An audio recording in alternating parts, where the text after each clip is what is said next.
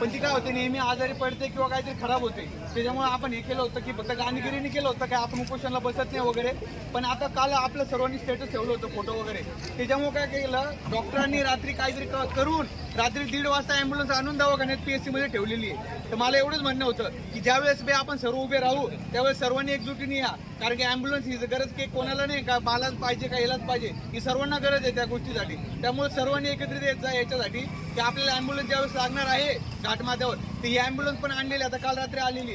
तर आपल्याला असंच म्हणणं आहे की ही ॲम्ब्युलन्स आता कायमस्वरूपी आपल्या घाटमाथ्यावर पाहिजे. कारण की आपल्याला इथं ॲक्सिडेंट होता किंवा काही कोणाला गरज पडली तर ॲम्ब्युलन्स लागते. 102 तर आहे पण आपल्याला 108 पाहिजे त्यासाठी. आणि याचे आपण निवेदन सर्वांना देणार आहे, मुख्यमंत्री साहेबांपर्यंत आपण निवेदन देणार आहे की आम्हाला 108 ही कंपल्सरी आमच्या इथं बोरगावला PSC ला हवी आहे. बस यासाठी काही जर गरज पडली तर तुम्ही प्रत्येक वेळेस येत जा. आणि जर काही नाही झालं काही तर आपण एक दिवशी आंदोलन ठेवू. त्यावेळेस बी तुम्ही सर्व मोठ्या संख्येने या. आणि महिला